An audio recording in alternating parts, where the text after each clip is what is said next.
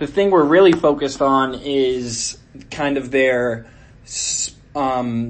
go-to-market strategies in the small and medium-sized group markets. So, obviously, Fooled being we're 30-something employees, 40 employees, whatever we are, we're in that kind of bucket of a smaller business, a smaller group, if you will.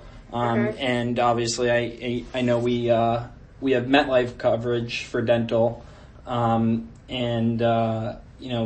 we are interested in MetLife. But another thing that we're looking into is kind of the use of technology and these things like Ben admin portals. I know we use Bernie portal, obviously, through you guys.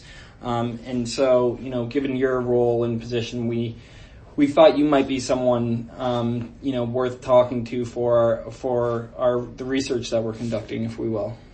Okay, sounds good. So I guess to start off, and I'm going to run through some questions and just trying to get your thoughts, and perspectives on things that we've heard and then also try to connect it to, Fooled a little bit as well, just based on the fact that that's what I know and obviously you have the connection there too.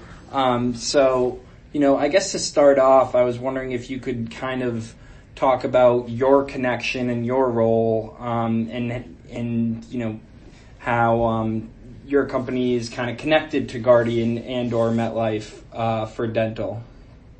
Well, basically, a broker, there are two different types of people that represent clients. There's an agent. So you have a Guardian agent, a MetLife agent, and they represent MetLife or Guardian. That's all they're going to talk about. That's all they care about. That's what they want to sell. A broker represents the client. So we have the ability to sell all carriers.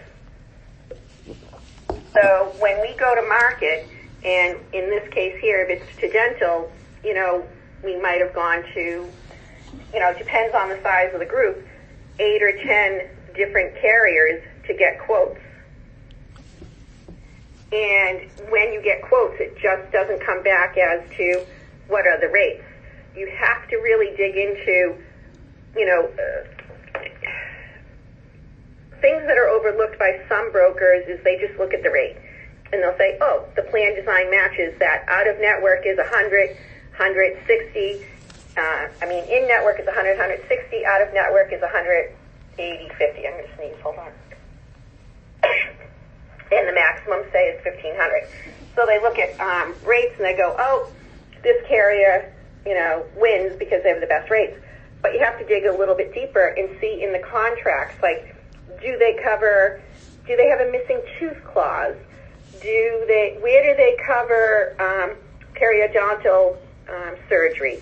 Where do they cover periodontal? Do they cover implants? Yes, but does it have to have two good teeth on either side? Do they cover white fillings for all teeth? Because a lot of times what happens is, because we go out to market, we say, here's the information on the client, this is their current plan, this is their current rates, and this is the renewal.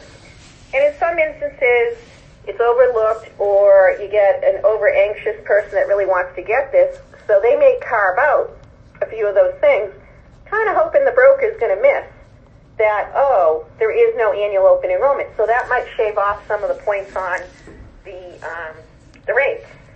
So certain little things, unless you really dig into the contract, you may not be looking at apples to apples. Then the next thing is the network. And truthfully, the Guardian network and the MetLife network probably line up pretty much. The only dental carrier out there that you can truly probably say has the biggest network is Delta.